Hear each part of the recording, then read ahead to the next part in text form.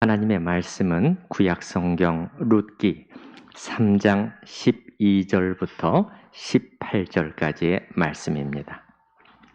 참으로 나는 기업을 물을 자이나 기업 물을 자로서 나보다 더 가까운 사람이 있으니 이 밤에 여기서 머무르라. 아침에 그가 기업 물을 자의 책임을 내게 이행하려 하면 좋으니 그가 그 기업 물을 자의 책임을 행할 것이니라. 만일 그가 기업 물을 자의 책임을 내게 이행하기를 기뻐하지 아니하면 여호와께서 살아계심을 두고 맹세하노니 내가 기업 물을 자의 책임을 내게 이행하리라. 아침까지 누워 있을지니라 하는지라. 룻이 새벽까지 그의 발치에 누웠다가 사람이 서로 알아보기 어려울 때에 일어났으니 보아스가 말하기를 여인이 타작마당에 들어온 것을 사람이 알지 못하여야 할 것이라 하였습니다. 보아스가 이르되 내 겉옷을 가져다가 그것을 펴서 잡으라 하매 그것을 펴서 잡으니 보리를 6번 되어 룻에게 지워주고 성읍으로 들어가니라. 룻이 시어머니에게 가니 그가 이르되 내 딸아 어떻게 되었느냐 하니 룻이 그 사람이 자기에게 행한 것을 다 알리고 이르되 그가 내게 이 보리를 6번 되어주며 이르기를 빈손으로 내 시어머니에게 가지 말라 하더이다 하니라. 다 같이. 이에 시어머니가 이르되 내 딸아 이 사건이 어떻게 될지 알기까지 앉아있으라. 그 사람이 오늘 이 일을 성취하기 전에는 쉬지 아니하리라 하니라. 아멘. 오늘 본문에 나와 있는 것처럼 룻은 보아스의 대답을 들은 후에 밤새 그 자리에 누워 있다가 이제 아주 이른 새벽에 일어나서 집으로 돌아오게 됩니다. 그 13절에 첫 부분에 보면은 이 밤에 여기서 머물러 있으시오 이렇게 말을 했죠. 그래서 날이 어슴풀에 밝아올 때까지 둘은 누워 있었지만은 아마 충분히 짐작할 수 있는 것처럼 잠을 거의 이루지 못했을 것입니다. 물론 두 사람 사이에 흐를 수 있었던 로맨틱한 감정도 작용할 수 있었겠지만 그 외에도 여러 가지 현실적인 일들이 생각에 꼬리에 꼬리를 물고 이어졌을 것이에요. 먼저 보아스의 경우를 생각해 보면은 사실 오늘 밤에 그는 굉장히 당황했죠. 자다가 갑자기 만나게 된 룻과의 이 만남, 그걸 통해서 처음엔 놀라고 당황했던 것에서부터 시작을 해서 이제 날이 밝으면 내가 이 일을 어떻게 처리를 해야 되지?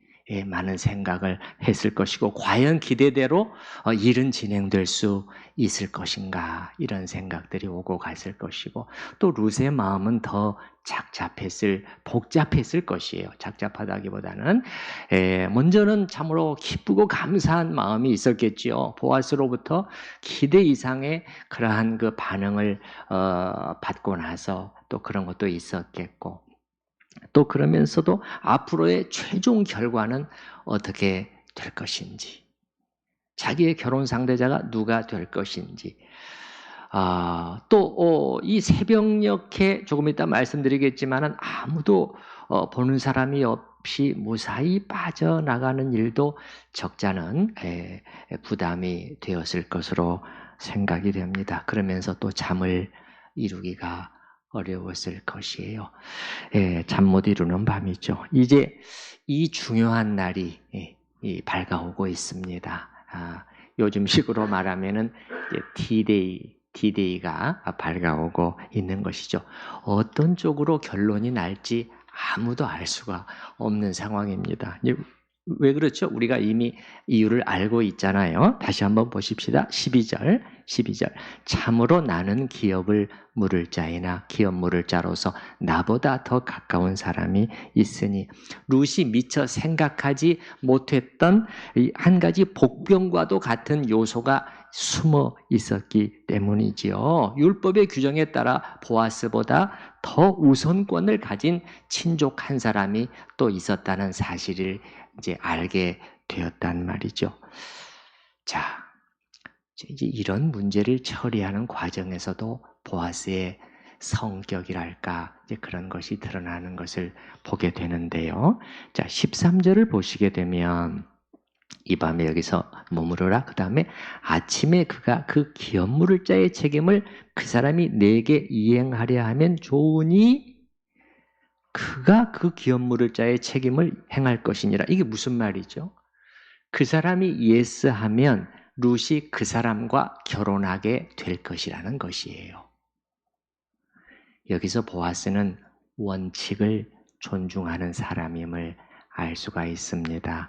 룻이 자기 마음에 들었다고 해서 원칙과 질서를 무시하고 이렇게 뭔가 이렇게 이 자기 방식대로 뭔가 이 꼼수를 쓰지 않는 것을 볼 수가 있고, 정해진 대로 우선권을 그 사람에게 기꺼이 양보하는 그러한 것을 볼 수가 있습니다. 그리고 그는 이제 자기보다도 어떻게 보면 더 어려울 수 있는 룻의 마음을 헤아리면서 안심시켜 주려고 애를 씁니다.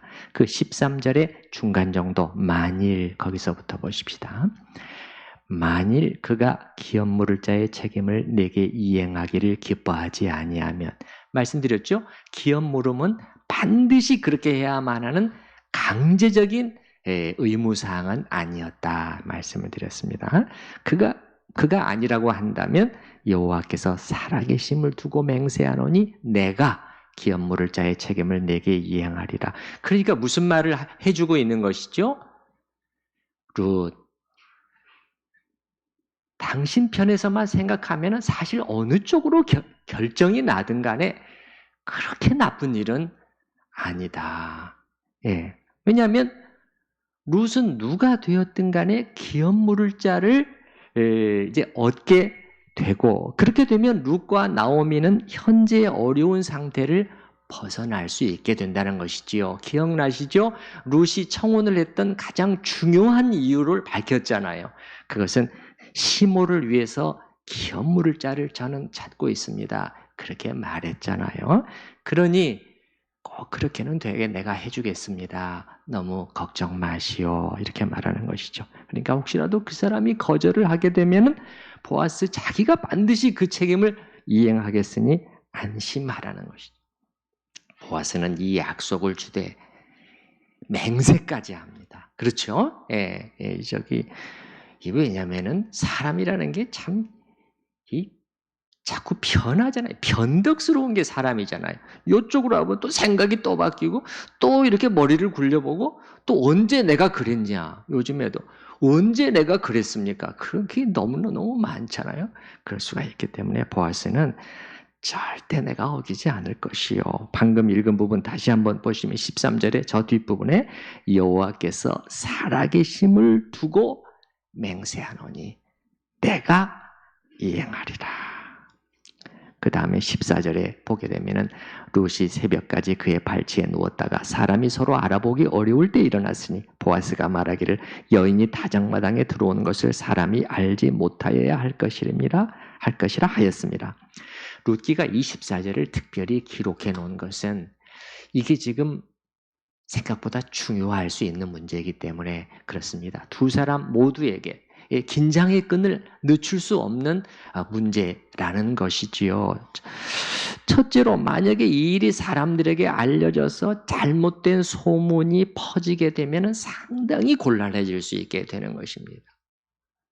지금 날이 밝는 대로 처리해야 될 이 일이 있잖아요. 베들레헴 성읍의 장로들과 회의를 해서 누가 룻에 대해서 기업 물을 자의 책임을 맡을 것인가. 그것을 이제 그 관련 규정에 따라 동의를 얻고 공식적인 결정을 내려야 이제 모든 일이 순탄하게 진행될 수가 있는 것인데, 아니 그런데 이 두 사람이 먼저, 그것도 밤사이에 두 사람이 만났다.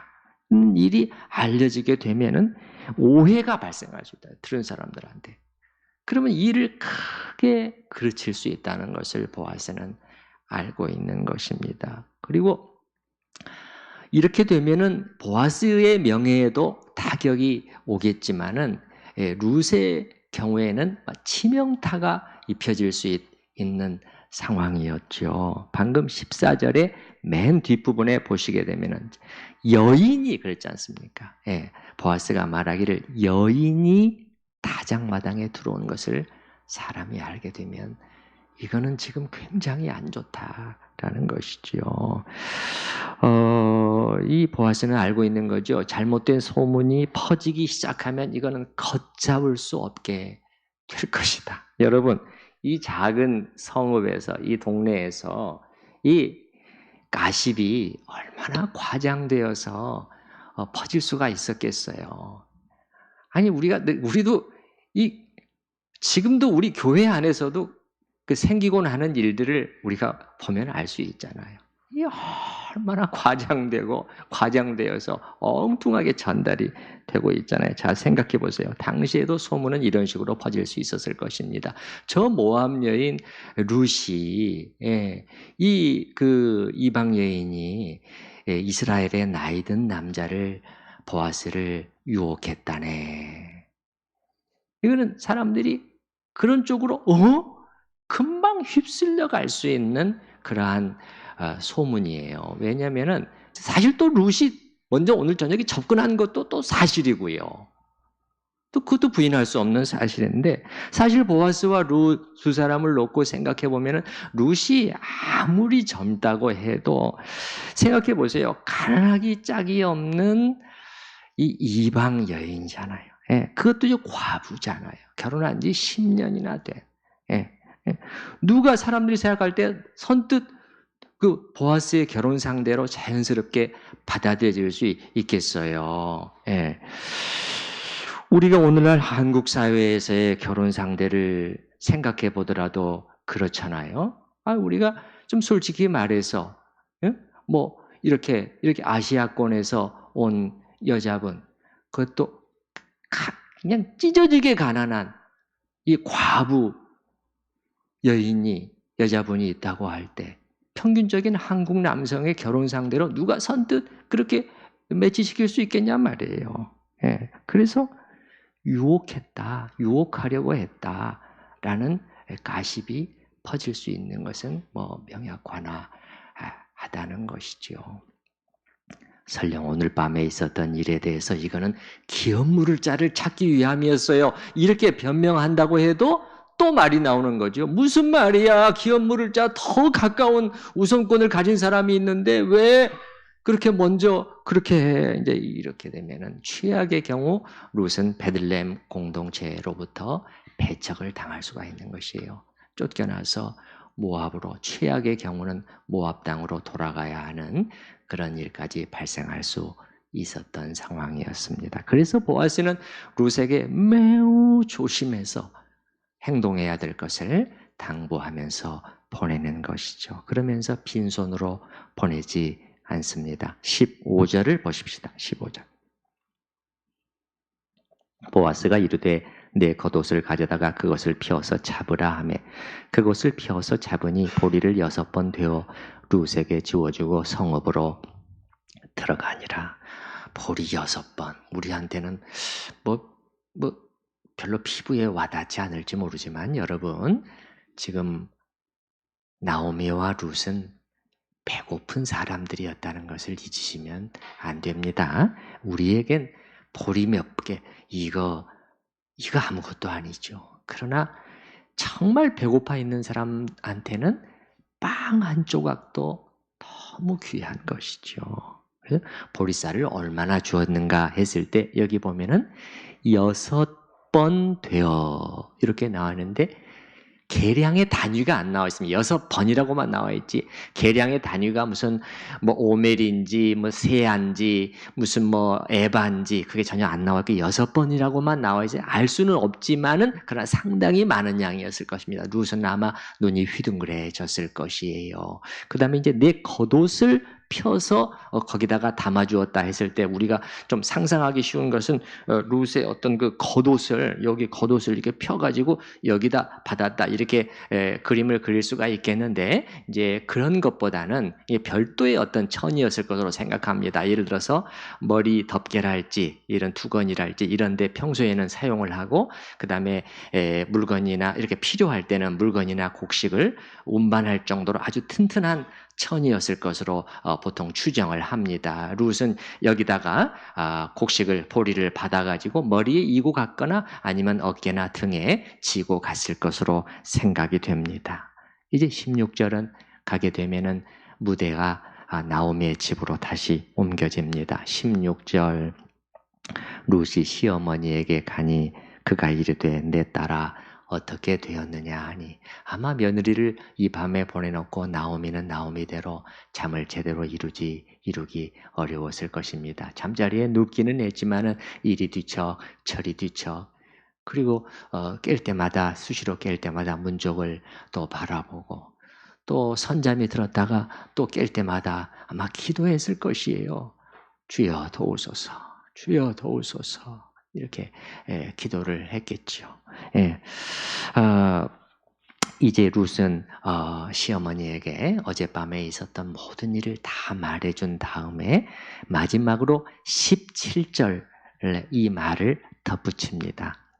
이르되 이 말을 덧붙이 굳이 또 왜 이 문장이 사용되겠어요, 여러분? 다 이유가 있는 것이에요. 이르되 그가 내게 이 보리를 6번 되어주며 이르기를 빈손으로 내 시어머니에게 가지 말라 하더이다. 빈손으로 내 시어머니에게 이렇게 보아스가 말하고 있거든요. 여기서 비로소 한 가지 확인되는 사실이 있어요. 이 보리는 보아스가 사실 룻에게 준 선물이 아니라 누구에게 준 선물이다? 나오미 시어머니에게 준 선물이었구나 하는 것을 비로소 알 수가 있는 것이죠. 보아스는 왜 특별히 나오미에게 선물을 보내면서 나오미를 챙기고 있는 것인가? 우리 생각에 그냥 좀 그냥 인사로 그냥 룻의 시어머니니까 예의를 차려서 보낸 선물이었구먼 이렇게 생각하고 넘어갈 수도 있지만 학자들은 여기에 사용된 표현들을 잘 유의해서 살펴보고 또 비교하면서 이 속에는 단지 통상적인 인사 이상의 어떤 의미가 내포되어 있다는 것을 발견해 냅니다. 여기서 특별히 주목하게 되는 단어는 빈손으로예요, 여러분. 17절 여기 보면 빈손으로 17절 중간쯤에 빈손으로 내 시어머니에게 가지 말라. 원어에는 손이라는 단어가 없습니다. 그냥 히브리어를 그대로 직역하면 비어 내 시어머니에게 가지 말라게 비어 있는 채로 이렇게 되어 있거든요. 비어 거의 잘 기억이 안 나시겠지만 텅 비어 이 단어가 1장에서 사용되었고 이것이 나오미를 묘사함에 있어서 매우 중요한 단어라고 제가 말씀을 드렸단 말이에요. 다시 한번 좀 잠깐 볼 필요가 있어요. 1장 21절의 말씀을 한번 보십시다. 1장 21절. 1장 21절 말씀입니다. 내가 풍족하게 나갔더니 여호와께서 내게 어떻게? 비어 돌아오게 하셨느니라. 요 비어라는 단어가 조금 전에 본 빈손으로 정확히 똑같은 히브리어 단어가 사용되고 있거든요. 내게 비어 돌아오게 하셨느니라. 내 인생은 텅 비어버렸다. 이것이 나오미가 내뱉은 자기 인생을 보면서 요약하면서 내뱉은 쓰라린 단식이었잖아요. 근데 3장 17절로 돌아와 보십시다. 3장 17절에. 보아스는 이 똑같은 단어를 사용해서 룻에게 뭐라고 말하고 있느냐? 비어 내 시어머니에게 가지 말라. 여러분, 비어 내 시어머니. 요게 지금 뭔가 지금 이게 관련이 있다는 거예요. 관련이 있다는 거예요. 그러니까는 무슨 뉘앙스를 풍겨주고 있냐면은 1차적으로는 룻기 기자요. 2차적으로는 보아스인데요. 1차적으로는 룻기 기자가 성령의 영감으로 이 룻기를 기록한 룻기 기자는 여기 17절 보아스의 입을 빌려서 무엇을 말해주고 있는 것인가? 나오미의 인생은 텅 빈 채로 끝나지 않을 것이라는 거예요. 비어 내 시어머니에게로 no라는 것이에요.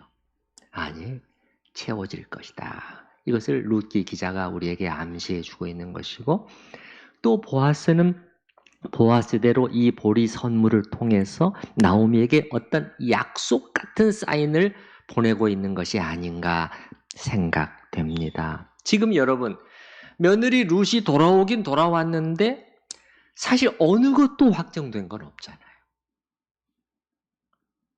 불안할 수 있는 상태예요, 나오미가. 그리고 나오미가 생각할 때는 과연 오늘 이 중요한 일이 이 간단한 일이 아니잖아요. 기업 물음의 이 일이. 그러니까는 막 회의까지 거쳐가지고 공적으로 결정되지 않으면 안 되는 이게 큰 일이란 말이에요. 근데 그 일이 과연 제대로 진행되기나 할 것인가? 불안할 수 있거든요. 그러니까 그런 나오미를 향해서 보아스는 이 선물을 보내면서 이렇게 말하고 있는 것이나 마찬가지예요. 걱정 마시오. 내가 반드시 이 기업 물음이 이루어지도록 할 것입니다. 당신의 인생은 더 이상 텅 빈 채로 가지만은 않을 것입니다. 그 일순위자가 이 일을 맡지 않겠다고 하면 내가 하리다. 내가 반드시 당신들 두 과부를 돌볼 것이요. 이 메시지인 것이에요. 17절에 이 내용이. 학자들은 대부분 이 부분을 언급을 하지요. 아마 나오미도 알아차렸을 거예요. 보아스가 보낸 이 보리 선물, 그리고 그가 했다는 말, 룻을 통해서 들었잖아요. 여기 일부러 기록해놔요. 그가 이렇게 말하더이다 하면서 알아챘을 것이고, 아마 나오미의 얼굴에는 살짝 안도의 미소가 스치고 지나갔을 것 같아요. 이제 룻의 말을 듣고 나오미가 마지막으로 하는 말을 들어보십시다.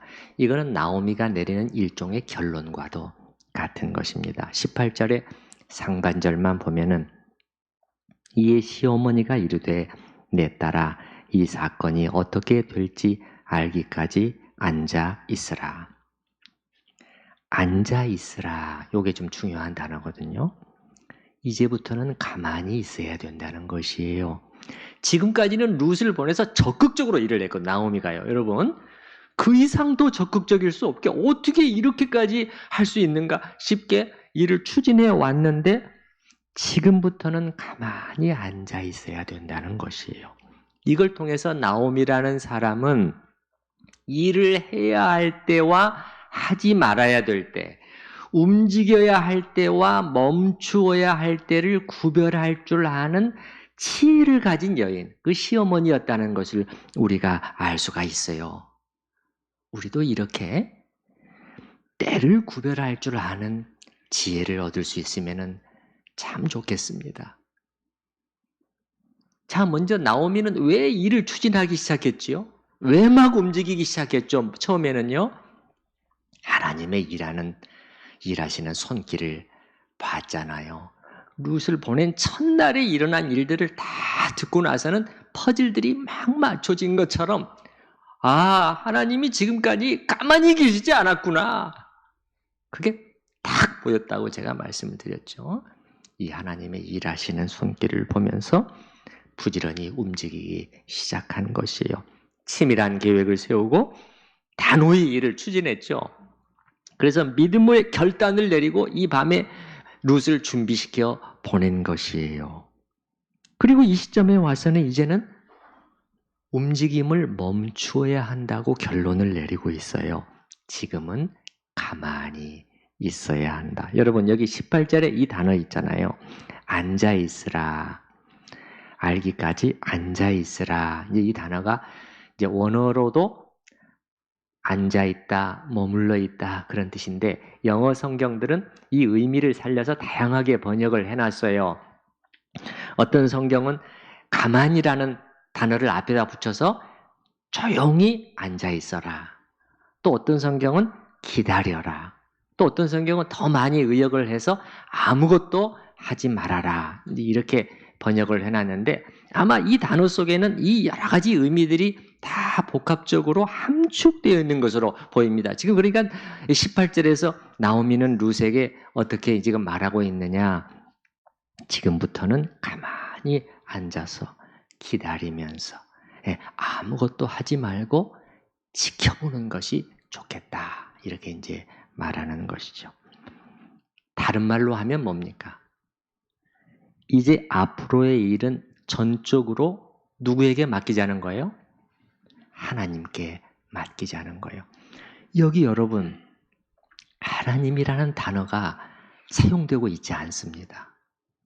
그러나 그보다 더 분명하게 룻기 기자는 지금 나오미가 하나님께 맡기는 결정을 여기서 하고 있다고 우리가 말해주고 있는 것이에요.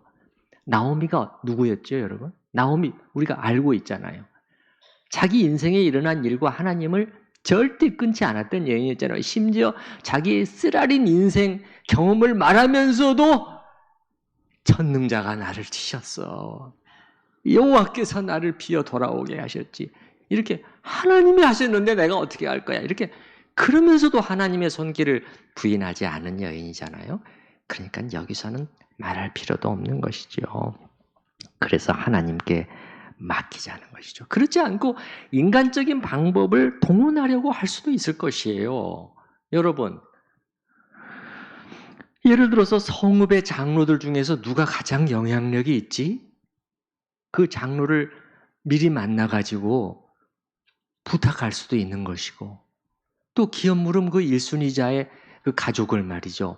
찾아 만나서 뭔가 어떤 얘기를 할 수도 있지 않겠어요? 사실 나는 우리 며느리를 보아스와 결혼시켰으면 좋겠어요. 어떻게든 결과에 영향을 미칠 수 있는 방법을 사용해 보려고 할 수 있었을 것입니다. 사실 우리는 그렇잖아요. 여러분, 나오미가 이렇게 하는 건 쉬워 보이지만은 사실 우리는 이렇게 않잖아요. 사실 많은 경우 우리는 이쪽으로 넘어가 버리지 않습니까? 기도했다고 하면서도 주님 중요한 일입니다. 제발 이렇게 될 수 있도록 해주세요. 기도하지만은 많은 경우 여기처럼 가만히 앉아서 아무것도 하지 않고 지켜보면서 주님 내리실 결론을 기다리는 이 믿음이 많이 부족해요. 그래. 내가 나서서 어떤 인간적이고 세상적인 방법을 동원해서 해결해 버리려고 하는 그 경향성이 우리에게 많잖아요. 그런데 나오미는 말하는 거예요. 그렇게 하면 안 된다. 가만히 앉아 있자. 이젠 하나님이 하실 부분만 남았다. 우리가 개입하면 안 돼. 여기 표현을 잘 보시면 18절에 내 딸아, 이 시어머니가 이르되 내 딸아 이 사건이 어떻게 될지 이렇게 되어 있는데 어떻게 될지 이 단어는 직역을 하면 어떻게 떨어질지 그런 단어거든요. 그러니까 만약 물건을 던졌는데 어느 장소에 떨어진다. 그때 그 단어거든요. 그러니까 무슨 말이냐면 나코크 같은 신학자는 이 단어가 이제 연상이 되면서 그 의미를 잘 아니까 이 18절의 나오미의 이제 말을 이렇게 이렇게 멋있게 재미있게 설명하기도 해요. 나오미는 하늘로 공을 쏘아 올렸다. 이제 우리는 그 공이 어디에 떨어질지 봐야 한다. 이렇게 하나님께 맡기고 가만히 기다리려면 믿음이 필요한 것은 두말할 필요가 없는 것이지요. 조금 전에 보아스도 마찬가지가 아니었을까 싶어요. 룻이 참으로 현숙한 여인임을 보면서 자신의 아내로 맞아들이고 싶은 그런 생각이 들었을 것입니다. 그 밤에 그 대화도 있었고. 그런데 그 순간에 다시 한번 생각하는 거죠. 이것도 하나님께 맡겨야 한다. 그 우리의 삶 속에서 계속 하나님을 이렇게 연결시키는 것. 이게 중요한 그 믿음의 삶의 연습이죠. 그래서 조금 전에 13절 우리가 봤지만은 그 일순위자가 기업 물음의 책임을 이행하겠다고 하면 당신은 그 사람과 결혼하게 될 것이다. 나는 그것을 하나님의 뜻으로 받는다. 나의 원함보다도 하나님의 뜻을 더 우선시한다. 이런 얘기죠.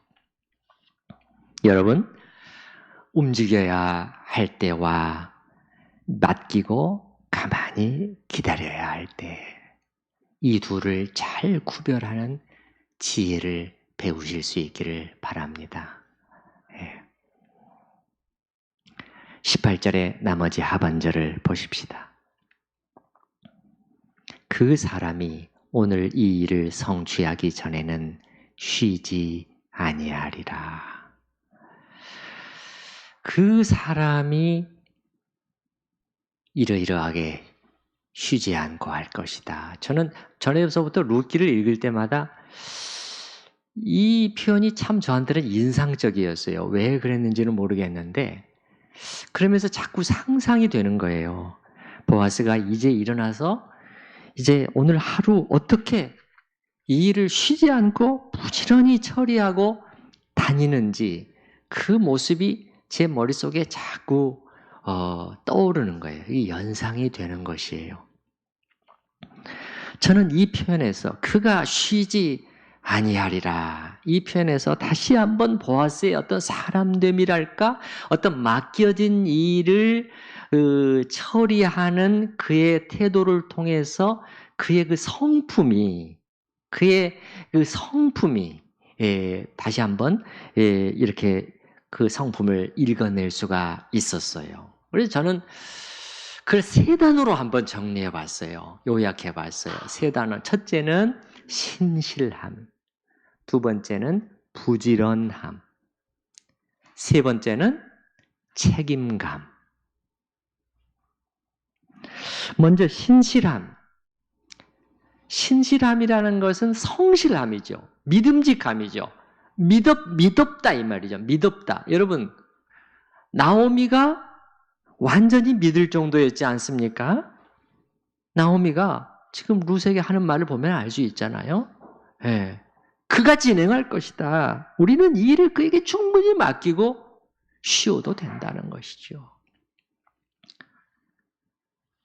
나오미는 평소에 알고 있는 거예요. 보아스를 알고 있는 사람이라고 정말 가까운 친족이었다고 2장 1절에 말하고 있잖아요. 이미 익히 알고 있는 사람이었을 것이에요. 근데 나오미가 왜 먼저 이렇게 보아스를 만나지 않았는가? 그건 우리는 알 수가 없어요. 그러나 익히 알고 있는 매우 가까운 어떤 그 학자들은 친구 이제 그렇게까지도 표현하기도 하는데 이걸 통해서 알고 있는 것이지요. 그가 이 일을 쉬엄쉬엄 대충 처리할 사람이 아니라는 것이죠. 그리고 오늘 룻에게 준 약속도 들었잖아요. 약속. 내가 날이 밝는 대로 반드시 이 일을 처리할 것이다. 그러면 그 사람은 어떤 사람이라는 거예요? 보아스는 자기가 준 이 약속을 어기지 않을 사람이라는 거예요. 반드시 성실하게 지켜낼 사람이라는 거죠. 이게 신실함이죠. 신실함. 보아스의 성. 두 번째는 부지런함이라고 말씀해요. 이거는 금방 나타나는 것이죠. 무슨 단어를 보면 알 수 있죠? 쉬지 아니하리라. 쉬지 않고 이 일을 처리할 것이라는 것입니다. 사실 보아스 편에서는 별로 아쉬울 것도 없잖아요. 그냥 천천히 해도 되는 일이에요.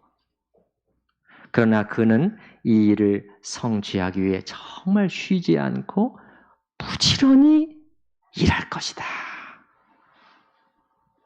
부지런한 성품이죠. 부지런한 성품.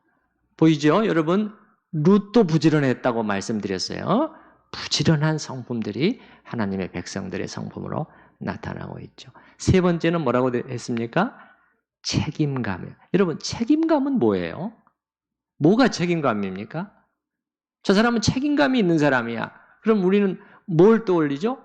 어떤 자기가 맡은 일을 책임지고 끝까지 완수해내는 자세를 우리는 책임감이라고 하죠. 18절 표현을 다시 한번 보시면요. 18절. 역시 하반절입니다. 그 사람이 오늘 이 일을 성취하기 전에는 이렇게 되어 있는데 이 성취한다는 이 단어가 끝낸다는 단어예요. 마친다는 단어입니다. 여러분 앞에 룻기 2장 21절이나 23절에서 보리추수가 마치기까지, 보리추수를 마치기까지 이런 단어들이 나오는데 거기가 똑같은 단어예요. 마친다는 단어예요. 끝낸다는 단어죠. 예. 그게 무슨 말입니까? 보아스는 맡은 이 일을 끝내기 전까지는 절대 쉬지 않을 사람이다 이 말이죠. 끝내는 반드시 책임감이죠. 자, 이 세 가지 여러분 한번 따라서 해보십시다. 신실함, 부지런함, 책임감. 이 세 가지가 일을 맡은 자의 자세예요. 그것이 교회 일이든 또 세상 일이든 원리 자체는 똑같은 것입니다. 교회 일도, 교회에서의 그 섬김, 봉사도 이렇게 해야 되는 것이죠. 근데 사실 그보다 더 이전에 교회 안에서 필요한 자세는 일을 맡아 하고자 하는 적극적인 자세가 있어야 하겠죠. 예. 그래서 자신에게 섬길 어떤 기회가 주어졌을 때, 네, 알겠습니다. 부족하지만 해보겠습니다. 이런 사람에게 하나님이 할 힘도 능력도 은사도 다 주시는 것이지요. 여러분, 자꾸 피하고 난 못해요, 못합니다. 그렇게 뒤로 물러서지 마십시오. 예. 기회가 생각보다 많지 않습니다. 아니, 우리 인생 90세, 이제는 100세수까지 한다는데 시간이 생각보다 많지 않아요? 아니요, 그렇지 않습니다.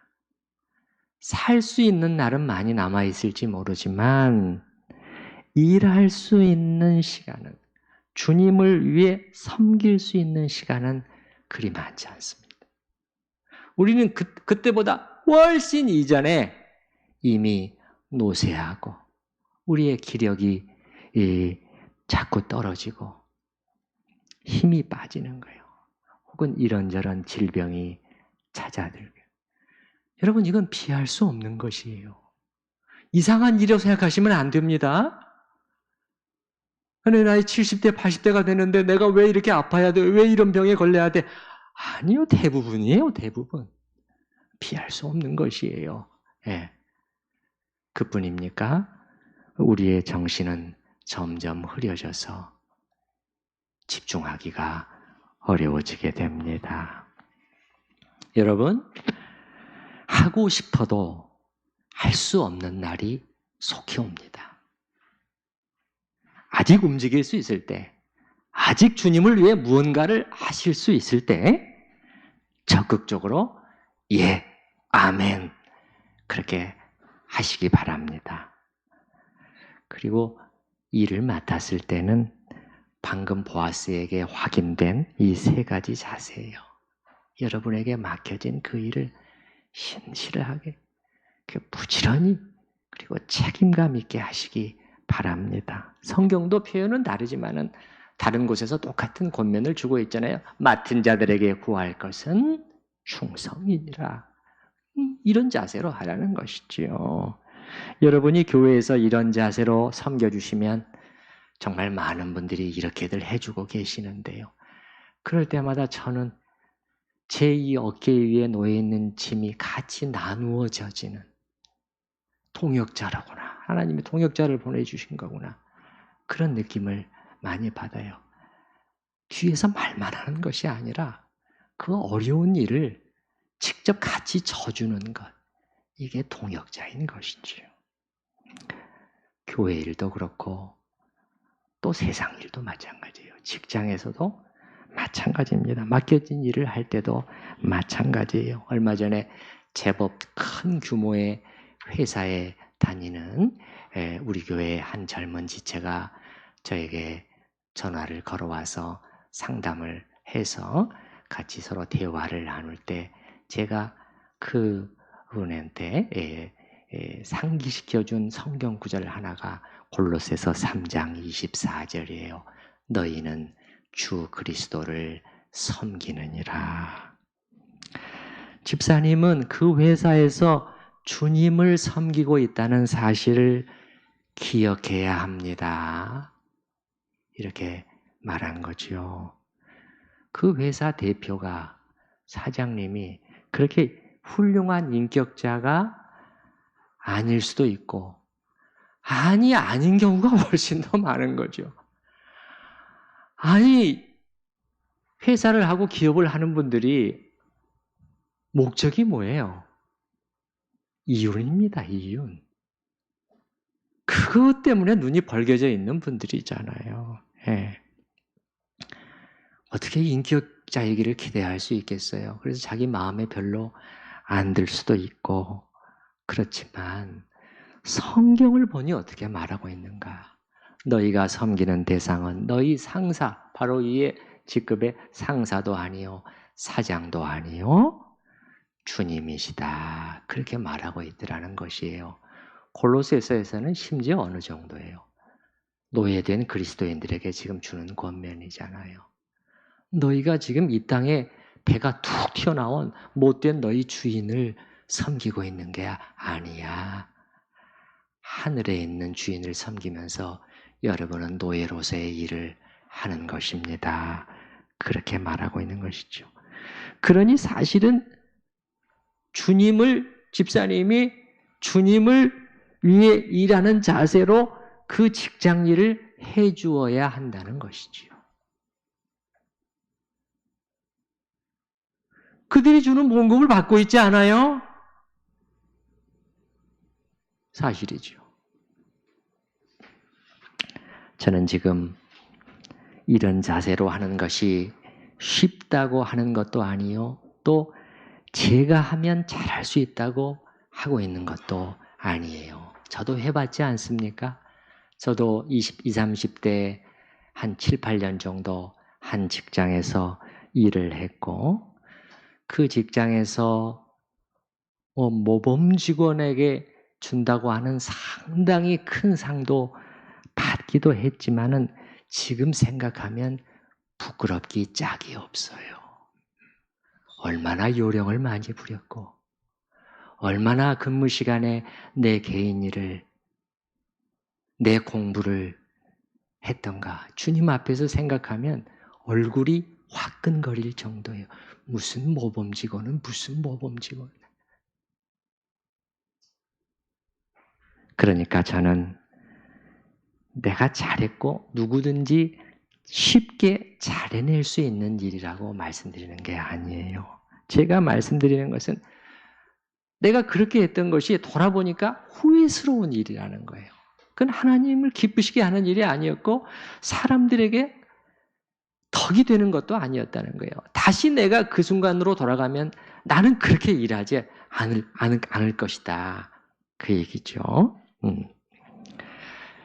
자, 18절에 맨 뒤에 그가 쉬지 아니하리라. 세 가지죠. 어떤 일이든지 일을 맡은 자의 자세, 신실함, 부지런함, 책임감 꼭 기억하십시다. 이제 우리 들은 말씀을 생각하면서 같이 기도하는 시간을 갖도록 하겠습니다.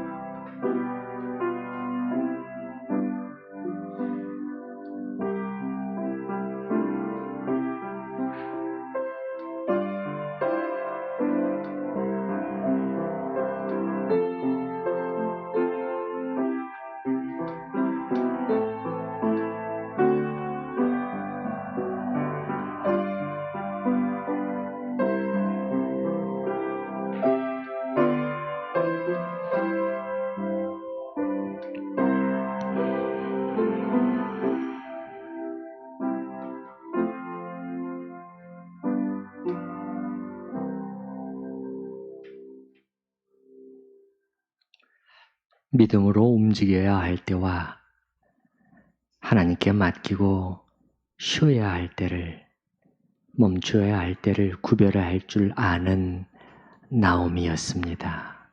주님, 저희도 이런 지혜를 얻게 하여 주시옵소서.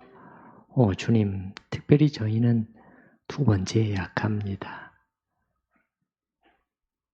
가만히 때로는 움직이지 말아야 하나님이 내리시는 결론을 기다려야 하는데도 우리가 그냥 나서서 개입해버리는, 그래서 하나님의 능력을, 하나님의 일하심을 경험치 못하는 경우들이 많사오니 주님, 참으로도 이런 부분에서 저희가 배움이 있게 하여 주시옵소서.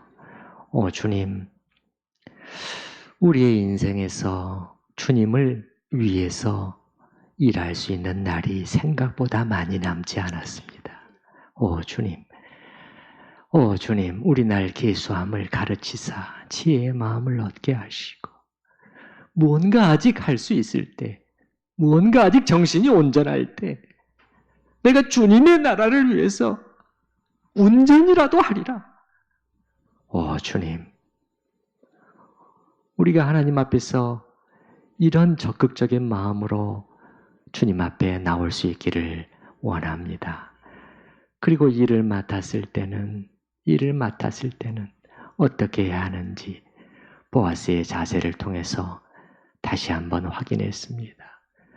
교회 안에서도 그렇고 또 그것이 이 세상 일을 할 때도 마찬가지라는 것을 보았습니다. 참으로 우리 성도들이, 특별히 또 직장과 생업을 위해서 일하는 우리 지체들이 주님, 참으로 이 세상 속에서도 그 맡겨진 일을 보면서 그 상사를 위해서 일하는 것이 아니라, 그 사장을 위해서 일하는 것이 아니라 주님께서 주신 일로 알고 신실하게 부지런함으로 그리고 책임감을 가지고 섬길 수 있는, 감당할 일을 감당할 수 있는 그러한 마음의 자세를 저희에게 주시고, 이를 통해서 저희가 세워지고 성장하고 또 주님께는 영광이 돌아갈 수 있도록 붙들어 주시옵소서. 예수님의 이름으로 기도드립니다. 아멘. 찬송가 389장 1절과 2절 같이 찬양하십니다.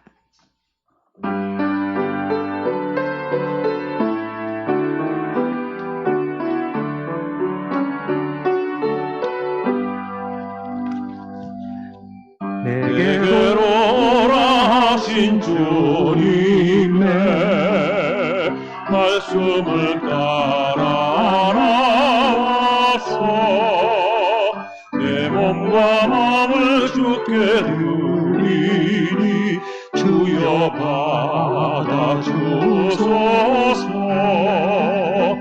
내 뜻과 정성 모두 주 예수 따라가리. 내 갈 길 인도하여 주소서. 나의 주시여, 내 맘에 주의 성령 오셔서 정결케 하여 주시고, 주님의 귀한 성전 사무사 항상 계시옵소서.